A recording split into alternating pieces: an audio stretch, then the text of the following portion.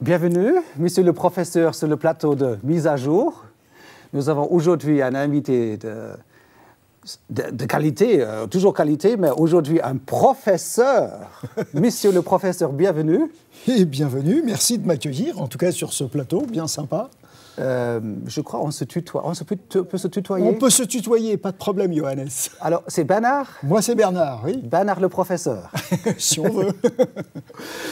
Pourquoi professeur? Qu'est-ce que tu enseignes? Tu es à une université ou... Alors, professeur, disons, je ne le suis plus régulièrement, mais en ce moment, par exemple, je donne un cours intensif pour des étudiants qui sont des futurs pasteurs, qui sont donc dans une faculté de théologie. Oh, pasteur veut dire tout de suite chrétien. Donc, tu es professeur pour les choses chrétiennes. Tout à fait. Oh là là. Et j'enseigne particulièrement le Nouveau Testament, c'est-à-dire les écrits qui sont les évangiles, les épîtres de Paul et ces textes anciens qui font référence pour les chrétiens. Dis donc, tu es plein là-dedans, tout ce qui est Bible, religion, christianisme. Tout à fait. Enseigne éducation pour des jeunes pasteurs. Ouais. Ouh là là, c'est il faut bien qu'il y en ait qui fassent ça, non? Ah, je sais pas. Alors les pasteurs, quelquefois, tu sais, il faut des pasteurs, mais pas trop. Ouais, non. Il faut en tout cas qu'ils soient pas trop pasteurisés, c'est ça? Excellence. Parce que moi, je trouve, dans une église, il faut aussi des gens normaux. Bien sûr. Hein, des gens... J'espère que les pasteurs sont des gens normaux. Ouh. Et les profs aussi. C'est vrai? J'espère bien. En tout cas, moi, j'ai fait une monstre erreur aujourd'hui avec ton invitation, parce que je m'aperçus tout à coup, tu fais la même chose que moi. Alors, j'ai invité un concurrent et ça, je ne suis pas content du tout, du tout. Je ne sais pas si on peut parler de concurrence. C'est vrai que quelque part, on se rejoint dans le même type de travail, mais j'espère bien que ce n'est pas de la concurrence. Je ne suis pas professeur pour les pasteurs. Je ne suis pas professeur, non. Là, mais on est concurrent que tu fais la télévision chrétienne. Parce que moi, j'ai envie et j'ai à cœur la télévision chrétienne. Et Bernard, il fait la même chose, mais en France, avec son église. Et ça m'énerve. Tu m'énerves quelque part. Oh, bah, tant pis pour toi si tu es énervé. Pourquoi tu fais la même chose? Pourquoi je fais la même chose? Parce que, comme toi, j'ai compris que par les médias, et en particulier par la télévision, que ce soit la télévision par satellite ou la télévision sur Internet, eh bien, il y a moyen de communiquer l'Évangile. Oh, Évangile. C'est toujours l'Évangile chez toi? Ah ben, une bonne nouvelle. Alors, il y a tellement de mauvaises nouvelles qui passent à la télé, à la radio, que de temps en temps, il faut bien en passer quelques bonnes, non? Mais tes émissions sont regardées, parce que tu sais, Dieu TV regarde une fois dans ta caméra, on est des milliers, chaque semaine. Dieu TV, ça marche. Je ne suis pas capable de te dire exactement combien de personnes les regardent, mais il y a des émissions qui passent sur le satellite et qui sont captées par un certain nombre de personnes. Et puis, il y a tout un tas d'émissions que nous avons aussi sur un site web. Et là, j'arrive à compter le nombre de gens qui se connectent et qui regardent. Alors, tu nous as donné ici un DVD. Et alors, je dois dire, chapeau, il y a énormément de bonnes choses, des heures et des heures de bons programmes. D'ailleurs, est-ce que c'est possible de diffuser ça sur TV? Je pense que ça devrait être possible. Je sais pas. On peut voir un petit extrait? Oui, pourquoi pas. Le DVD, il est compatible. Hein. Ouais, donc on peut diffuser ça sur TV? Tu nous donnes la permission? Ouais, il n'a pas été crypté d'une façon qui empêche de le regarder. Hein. Ah, alors, on est étonné. Alors, un petit extrait. Hein. OK.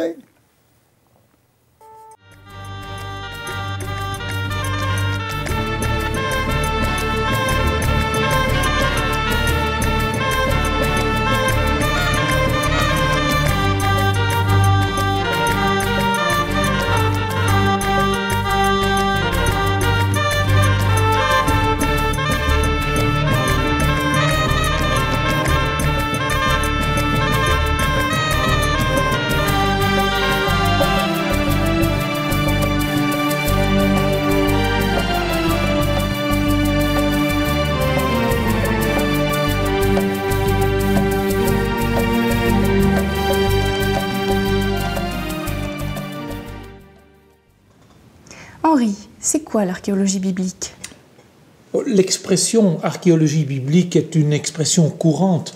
Elle n'est pas scientifique parce qu'il n'y a pas de l'archéologie biblique à proprement parler. Il y a de l'archéologie en général. Mais dans le langage courant, on parle d'archéologie biblique quand il s'agit de tout ce qui a à faire avec des personnages, avec des lieux, avec des récits bibliques, et où les découvertes ont un lien ou un autre. Mais en fait, il n'y a que la science de l'archéologie en général. Certains spectateurs se demandent certainement si l'archéologie peut prouver la Bible. Il faudrait s'entendre sur le mot. C'est quoi prouver la Bible? Faut-il prouver du début à la fin que chaque récit est historiquement vrai? Certains mouvements assez fondamentalistes essayent de le faire et financent Bernard, toutes sortes ce DVD archéologie au pays biblique, c'est riche d'images. Comment vous faites pour avoir des productions pareilles?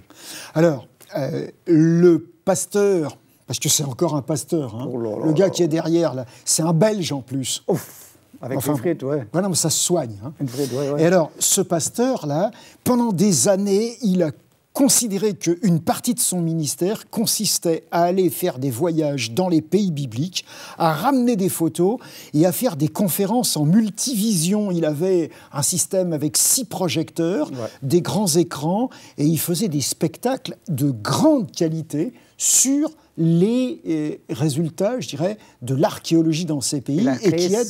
Il a créé son scénario, Tout à fait. son synopsis, et Tout à il fait. a tout ficelé l'histoire. Tout ficelé ça, et il a fait ça dans des conférences dans un tas de villes belges, ici en Suisse aussi il est venu, il a fait ça en France. Et alors quand nous on a commencé à faire de la télé, on lui a dit écoute maintenant il faut que tu nous fasses une émission là-dessus.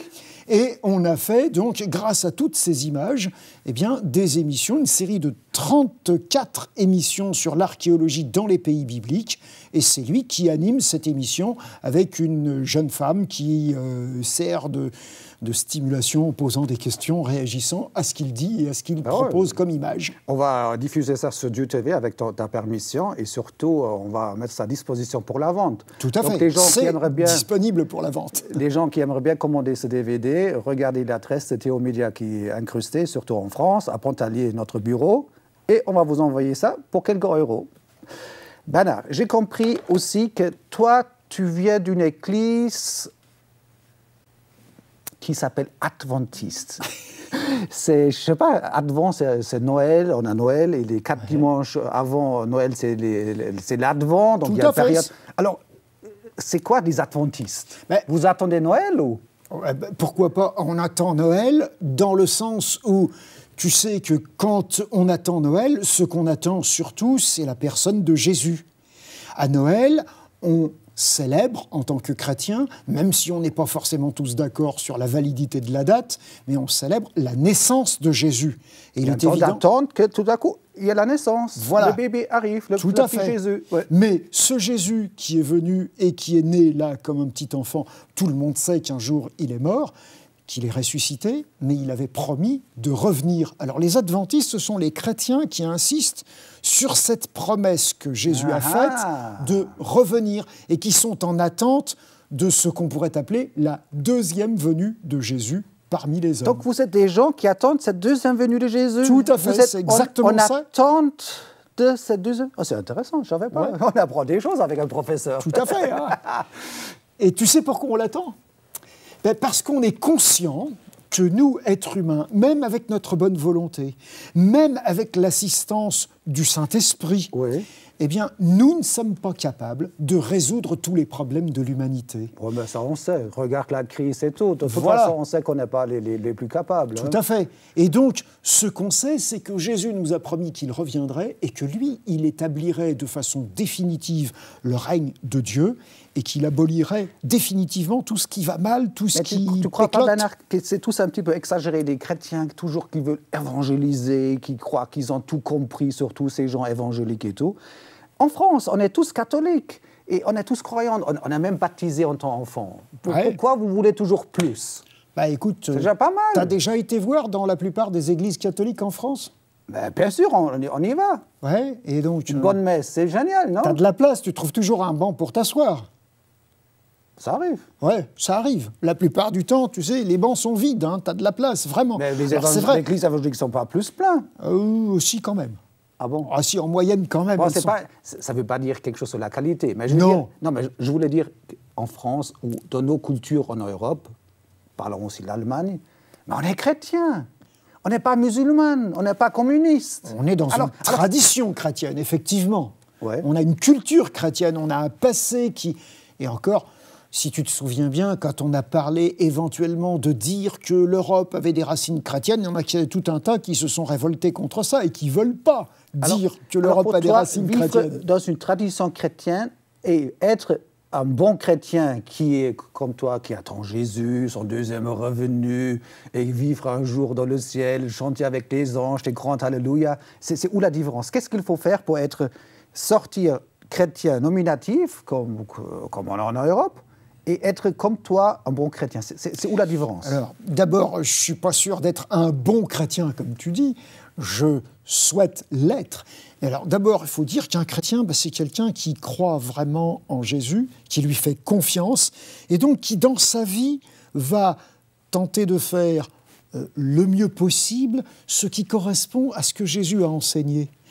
Donc ça, c'est, si tu veux, l'objectif effectif, l'objectif conscient, voulu de ma vie.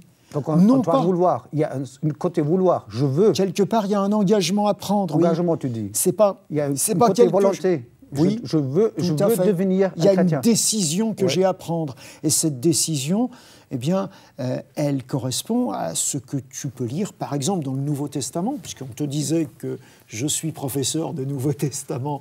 Quand, par exemple, tu lis le livre des Actes des Apôtres et que tu vois l'apôtre Paul ou bien Philippe qui part dans une région qui parle de Jésus, qu'est-ce qu'il fait? Il invite les gens à se décider pour Jésus, à consciemment l'adopter. Donc, on devient chrétien. Tout à fait. On devient chrétien. Et chrétien par naissance, c'est valable? Chrétien par naissance... C'est bon ou c'est moins bonne qualité d'être chrétien par naissance? En principe, on est chrétien par naissance dans le sens où on baigne dans un milieu chrétien. Mais tant qu'on n'a pas choisi d'être chrétien, on ne l'est pas vraiment. On doit devenir. Tout à fait. Moi, je suis né dans une famille chrétienne. Tes parents étaient chrétiens et mon père était même pasteur. Et quand même, tu es devenu chrétien. Tout à fait, j'ai dû le choisir. Ça ne m'est pas tombé dessus comme ça, de force. J'aurais très bien pu envoyer promener tout ça. Hein? J'aurais très bien pu dire et penser, ça ne me concerne pas. Et puis rester quelqu'un qui sait qu'il y a une culture chrétienne dans le pays où je vis. Et devenir chrétien, c'est valable pour évangéliques, protestants, catholiques, pour toutes les couleurs? Je dirais qu'on a en tout cas une base commune. On devient chrétien à Jésus-Christ. Ouais. Et en se référant à Jésus-Christ, on devient un chrétien. Et tu serais peut-être surpris d'apprendre que, par exemple, rien que dans la ville de Paris, chaque année, l'Église catholique baptise plus de 3000 adultes. Tu sais des choses. C'est la réalité. Il y a des tas de gens qui choisissent de devenir chrétiens, y compris dans l'Église catholique, comme dans les églises protestantes, évangéliques ou adventistes. Encore une de mes dernières questions. Écoute, si vous êtes des adventistes, vous attendez le deuxième retour... Oui. Comme j'ai compris au départ, ouais. Il y a des expressions dans le livre de Daniel et dans l'Ancien Testament. J'ai lu une fois, je ne suis pas théologien, je ne suis pas un grand savant. La fin des temps. Qu'est-ce que ça veut dire, la fin des temps? Tu crois qu'on a le temps a un fin, que l'humanité, à un moment à l'autre, il y a quelque chose qui se termine avec tout ce qu'on vit sur Terre? Tu crois ça? Tout à fait. Si, moi je le crois. Je le crois parce que Jésus l'a dit. Jésus en a parlé. Quand Jésus a dit, par exemple... C'est que pour les adventistes, ou je veux dire, c'est général valable pour c'est dans toutes les Bibles, que ce soit des éditions catholiques ou d'autres, dans la Bible, dans l'Évangile même. Il y a une fin du temps. Tout à fait. Jésus parle de la fin des temps, de la fin de ce monde, de l'histoire telle que nous la... Bien sûr. Il y a beaucoup de gens, quand je discute aussi, le gars qui a fait toutes les assurances ici pour notre construction, pour le studio, « Oh, l'humanité a toujours trouvé une solution pour se retourner et pour continuer. » Donc, les gens croient quand même toujours que l'humain est tellement capable pour retrouver une solution qu'à un moment ou à l'autre, ça continue. Tu vois, la Deuxième Guerre mondiale, c'était catastrophique en Europe. C'est vrai. Et à un moment ou à l'autre, tu vois, l'humanité, on se retrouve, on retombe sur nos pattes. On retombe sur nos pattes. Tu crois que c'est fini? C'est incroyable. Disons, quand je te vois, toi, et quand je sais ce que je vis, moi, j'ai l'impression qu'on peut dire tous les deux qu'on est des privilégiés.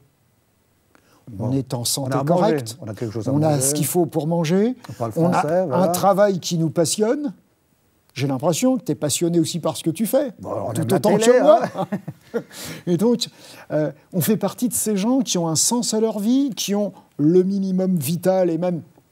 Moi, j'ai travaillé en Afrique subsaharienne. Je peux te dire que par rapport à d'autres, on a plus que le minimum vital. Et toi et moi. Hein. Et donc, quand tu fais partie de ceux qui souffrent vraiment, tu ne crois pas qu'il y en a qui aspirent à ce qu'il y ait une fin ? Tu ne crois pas qu'il y en a qui attendent et qui se disent « Attends, mais s'il y a un Dieu qui existe, il ne peut pas arrêter un peu cette cata permanente dans laquelle on est ?»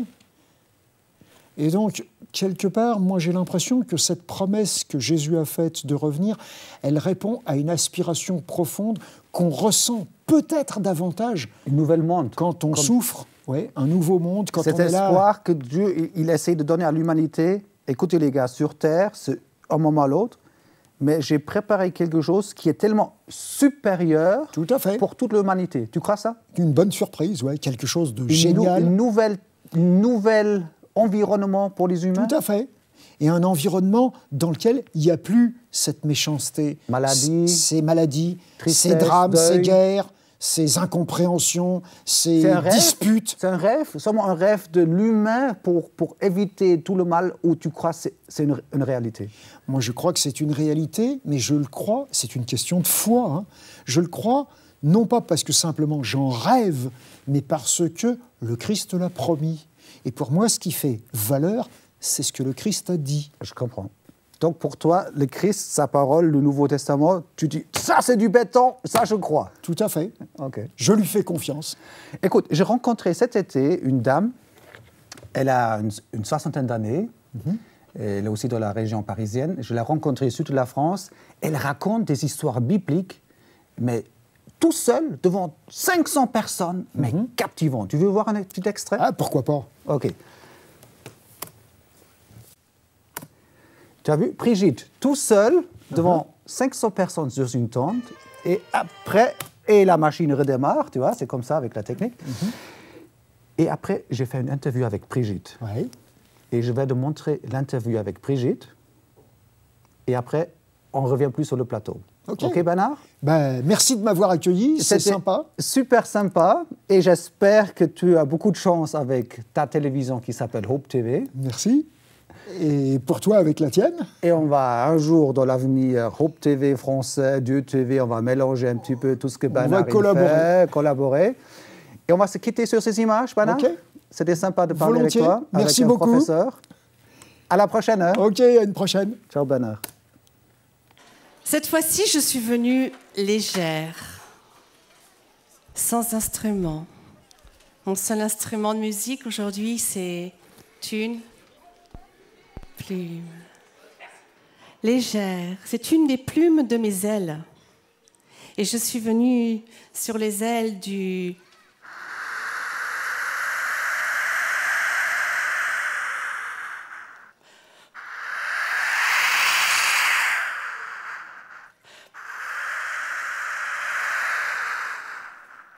C'est pratique parce que de là-haut, on voit des choses. Et les conteurs doivent voir des choses. Ils racontent ce qu'ils ont vu. J'ai intérêt à voir quelque chose.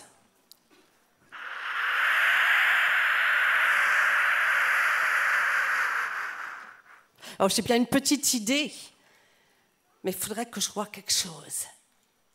Ça y est, je la vois. Elle va me rendre service.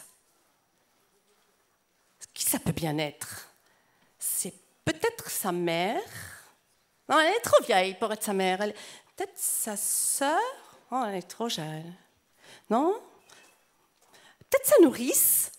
Peut-être bien qu'il avait une nourrice, qu'il n'avait pas eu de parents. Qui sait? Allez donc savoir. C'est ça.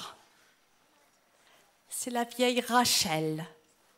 Ah ben ça fait déjà 2 fois qu'elle s'arrête sur le chemin, avec son panier sous le bras. Salut Brigitte, ici à Gagnères, on ne sait jamais qui est participant et qui tient un atelier, mais il me semble que je devinais que toi tu tiens un atelier, mais le sujet c'était quoi? Mais le sujet c'est raconter la Bible. Raconter la Bible? Oui. La Bible, donc carrément la Bible? Avec le plus naturel possible. Oui, parce que pour moi l'église, Bible, ça fait tout de suite, raconter la Bible, ça fait lourd. Comment tu fais ça? C'est raconter la vie, tout simplement. Des gens veulent écouter la... Tout le monde a envie de tout le monde a envie d'écouter la vie.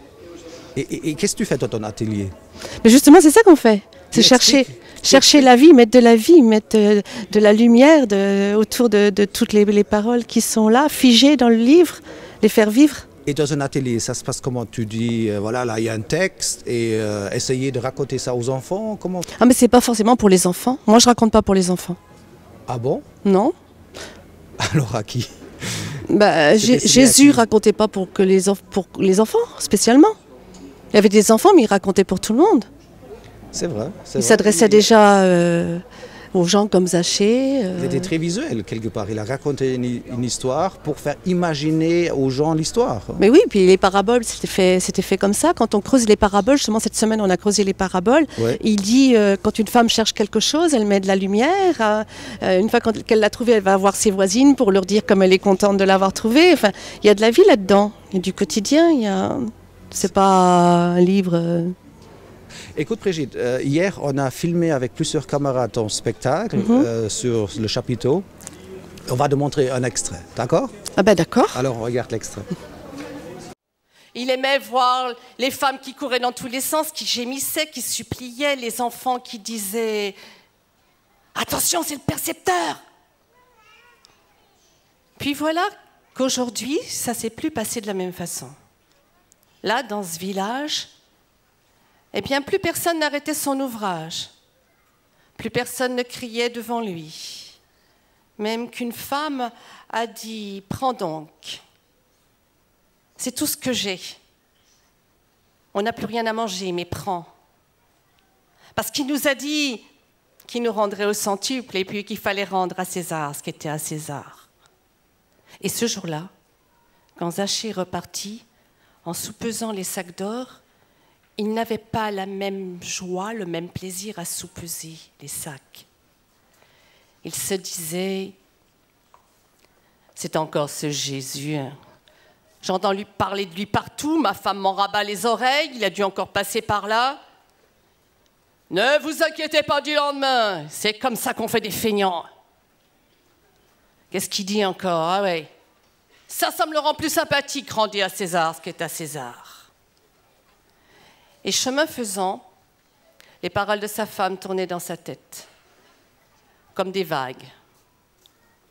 Zachée, tu n'es plus le même. Tu ne te rends pas compte, mais ton cœur s'est endurci. Tu ne nous parles plus. Moi, tu ne m'écoutes plus que si je te parle de dépenses. On n'a plus d'amis. Je t'assure que tu as changé. Tu fais trop de compromis. Il faudrait que tu viennes écouter Jésus de Nazareth. Mais si je t'assure, Jésus de Nazareth, il aurait des choses à te dire qui te feraient du bien au cœur. Je n'aime pas tous ces gens qui viennent à la maison. Mais qu'est-ce qu'elle avait donc, cette femme, à se plaindre? Elle avait tout ce qu'il fallait pour être heureuse, une belle maison, de beaux habits, des compromis, mais qui n'en fait pas de compromis? Alors, l'histoire d'hier, j'ai bien compris, c'est Zachée. Tu as raconté à ta manière, c'était captivant. Même si ce n'est pas destiné qu'aux enfants, mais tu as captivé toute l'équipe ici. Ce qui est captivant, c'est quand ça veut dire quelque chose à tout le monde. Quand tu te retrouves dans l'histoire, ça t'intéresse. Et pourquoi tu as choisi Zachée? C'est pas moi qui l'ai choisi. Ah bon? Ça, c'est ma première histoire. Et c'est vraiment pas moi qui l'ai faite. Je peux te dire que c'est Dieu qui l'a faite, cette histoire-là. C'est pas moi. Pourquoi tu le prends, Zachée, si méchant, là, qu'il est vraiment le petit méchant qui... Ah, je l'ai fait méchant? Ouais, il est quand même, bon... tu sais, des fois, je le fais comme ça. Il passe pas si bien comme ça au début, hein? Ah, des fois, je le fais comme ça, des fois, je peux le faire autrement. Des fois, je suis étonnée, on me dit, pourquoi tu l'as fait en colère? Et puis, il s'est trouvé que, justement, il y avait quelqu'un qui était en colère après Dieu dans la salle. Et ça, je savais, je me rends pas compte, ces fois. Donc ça, c'est quelque part ton contact avec le deuxième niveau, au troisième étage. Tu te laisses guider aussi dans les histoires Oui, et puis aussi, c'est l'image peut-être que j'ai des gens très investis dans le business, les affaires, qui sont devenus un peu durs, peut-être, que j'ai pu croiser, je ne sais pas. Ouais. Tu as un répertoire de combien d'histoires? Si tu sais, ouais, je peux partir ou sur une année, tu as combien d'histoires? Quel répertoire tu disposes? J'en ai pour une dizaine 10, 12, Une dizaine ouais. qui marche bien. Voilà, tu qui marche sais, bien. ouais. Ouais, qui marche bien, oui. Et tu Ouais. t'adaptes. Et ton public, c'est qui? Tu t'adresses à qui? C'est dans les églises, les grands bâtiments, que tout à coup dans la messe, on te donne 10 minutes pour raconter une histoire? Oui, c'est ça. Ouais. Bah, je viens partout, on me demande. Ouais, alors qui te demande? Dis-nous Bah, les qui te- églises, Ouais. pour les histoires bibliques, les églises, mais je raconte pas que la Bible. Je raconte pas que la Bible, donc je vais un petit peu partout. Donc chez toi, c'est un métier. Tu es conteuse. C'est mon deuxième métier. Oui, ton premier métier? Je suis musicienne et j'ai créé des écoles de musique et enseigné toute ma vie. Ouais, ouais. Ben, autrement, ça devient un métier chez toi. Ben oui, c'est devenu un métier. gagne-pain? C'est devenu oui, au départ, c'était une nécessité, oui. Donc ici, c'est des histoires bibliques, mais Oui. autrement, tu es conteuse professionnelle, tu racontes des histoires. Voilà. Disons que je suis devenue conteuse parce que par nécessité, mais j'en ai fait une promesse pour le Seigneur. J'avais dit, Seigneur, si ça marche, parce que j'avais vraiment besoin, j'ai vraiment besoin de gagner ma vie, si ça marche, ce truc-là, je raconterai pour toi. Là, c'est parti comme ça. Alors après, j'étais coincée, il a fallu que je me débrouille pour...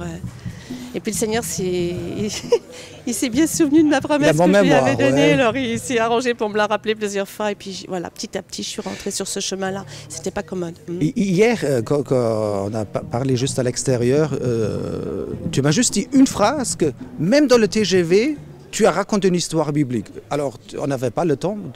Mais c'était quoi qui se passait avec le TGV que tu as raconté une histoire? C'est une des choses les plus bouleversantes que j'ai pu... En France, dans un TGV? Ouais, oui. Bah, arrête, moi j'aurais... Mais tu sais, attends, tu dis ça, mais figure-toi que maintenant, j'ai entendu dire qu'il y avait des compteurs dans les TGV. Ouais. Je viens d'entendre Alors, dire ça. raconte ton histoire. Alors, Qu'est-ce que je passait? suis allée dans une église à Poitiers Oui. qui me demandait de venir 3 jours pour faire de la formation, pour faire une conférence, un spectacle. Et quand je suis allée pour donner mon spectacle, il n'y avait presque personne. Il y avait 5-6 personnes pour le spectacle. Et alors on a attendu un petit peu qu'il arrive du monde. Et pendant ce temps-là, je suis allée me promener derrière l'église et tous les gens étaient derrière. C'était une cité. Ils étaient en train de faire des barbecues. Tout le monde était derrière et moi j'avais que 5-6 personnes pour mon spectacle. J'en étais malade, je dis mais c'est pas possible, Ah ce ouais. truc-là. Pas possible. Je dis mais qu'est-ce qu'il faut faire? Est-ce qu'il faut monter sur des les scènes tables pour colères, dire arrêtez de bouffer, Ouais, je vais ouais. vous parler de Jésus-Christ. Moi je veux bien faire ça Seigneur, mais franchement je suis pas sûre que c'est ce qu'il faut faire, quoi. Mais j'en étais malade, tu vois. Alors j'ai prié, je dis bon, puis je suis allée donner mon truc, il y avait une dizaine de personnes dans tout et pour tout. Et le lendemain matin, je reprends le TGV. Il s'arrête en race campagne. Le TGV s'arrête. Oui, panne de caténaire.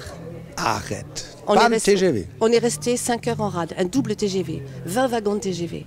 Les pompiers qui distribuaient de l'eau, tu vois, en race campagne, alors la marche était Brigitte haute dans comme le ça. TGV. Ouais. Voilà, ouais, avec tous mes instruments de musique, tu vois. Les Ouais. psalterions, les accordéons et tout.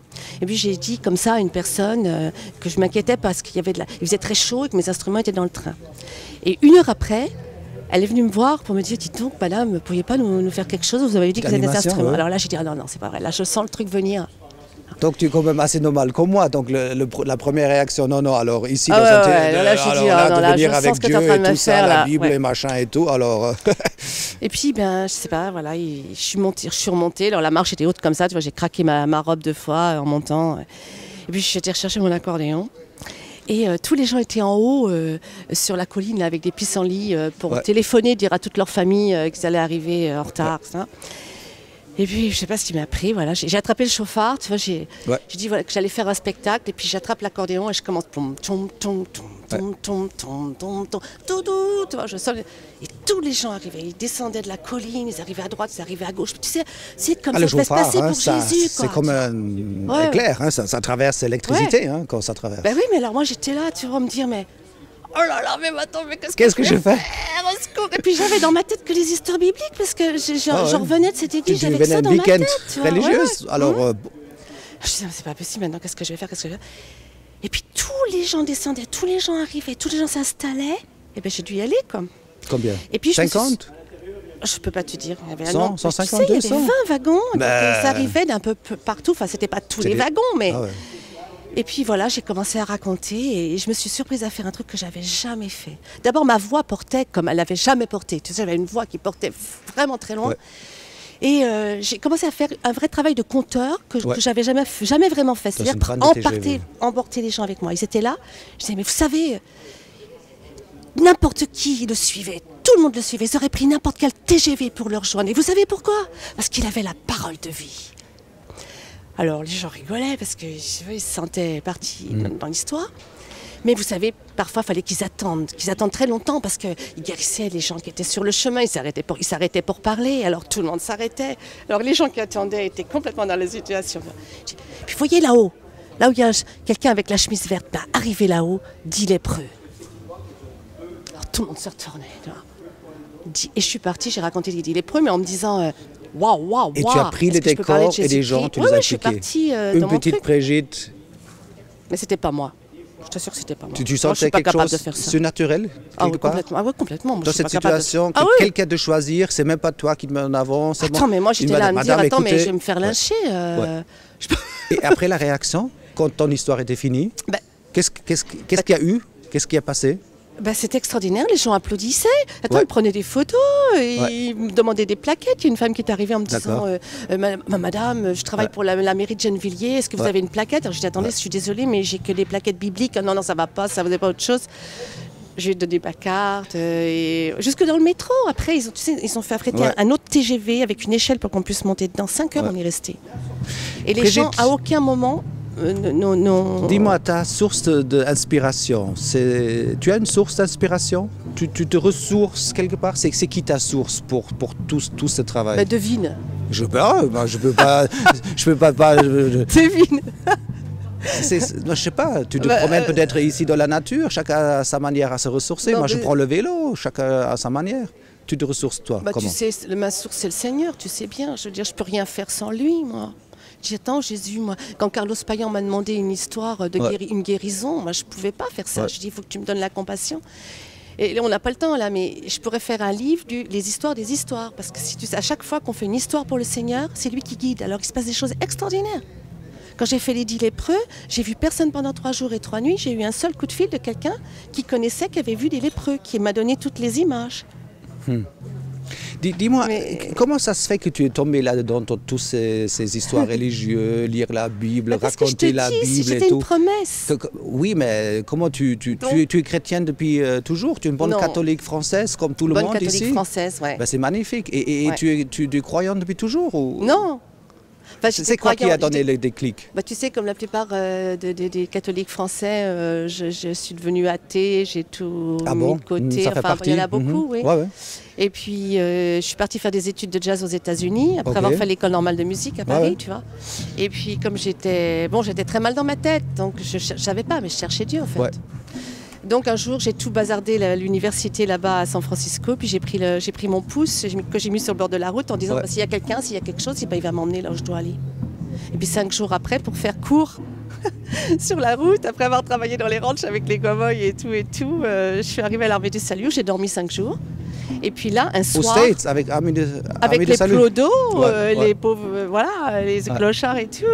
Et puis le soir où ils ont voulu m'emmener à l'église, jouait là, ce soir-là, la protégée de Duke Ellington, quelqu'un qui avait joué avec Henry Mancini, avec Count Basie, qui a rencontré les plus grands du jazz, qui a connu Thelonious Monk, qui a joué avec Chet Baker, qui connaissait bien Bill Evans, qui a enregistré avec Scott LaFaro. Elle jouait là, ce soir-là, et c'est le seul soir de sa vie où elle est venue, le soir où j'y étais. Je l'ai rencontrée, je suis allée la trouver, et je suis restée 3 ans chez elle, et c'était des chrétiens. Et ça, quelque part, ça donne une nouvelle perspective, une nouvelle envie de vivre. Ou je sais pas, c'est quoi qui est arrivé? Une bonne Française catholique qui devait maintenant, je ne veux pas dire charismatique, mais tu es allumé, je veux dire, par comme une deuxième, et tu es parti là. C'est quoi cette énergie, ce retournement d'une personne? Parce que là, tu te rends compte, j'ai parlé au ciel, moi, en disant, s'il y a quelque chose là-haut, donc pour toi, tu existes quelque part. Il va m'emmener là où je dois aller. Pour toi, c'est Dieu? Attends, je ne pouvais pas ne pas tenir compte de ce que j'avais dit. J'avais dit, s'il y a quelque chose, il va m'emmener là où je dois aller. J'étais paumée, je me sentais nulle, j'arrivais pas à faire du jazz, je n'arrivais pas à improviser 3 notes, mais je sentais que j'avais quelque chose à faire avec la musique, ça me rendait folle. Et je parle, et 5 jours après, j'arrive à l'Armée du Salut, je rencontre la protégée de Duke Ellington, qui venait d'écrire un livre, Comment passer du classique au jazz. Alors, tu peux pas ne pas en tenir compte. Tu peux pas ne pas réfléchir, là, tu vois. Et Brigitte, pour toi, cette rencontre avec Dieu, tu crois que d'autres Françaises ou d'autres qui sont sur Dieu TV, parce qu'on travaille pour toute la francophonie, l'Afrique du Nord, Tu crois des gens comme toi, ils peuvent faire simplement une prière à Dieu. Dieu, si tu existes, ou Dieu, écoute, j'ai un problème, je te cherche, tu existes.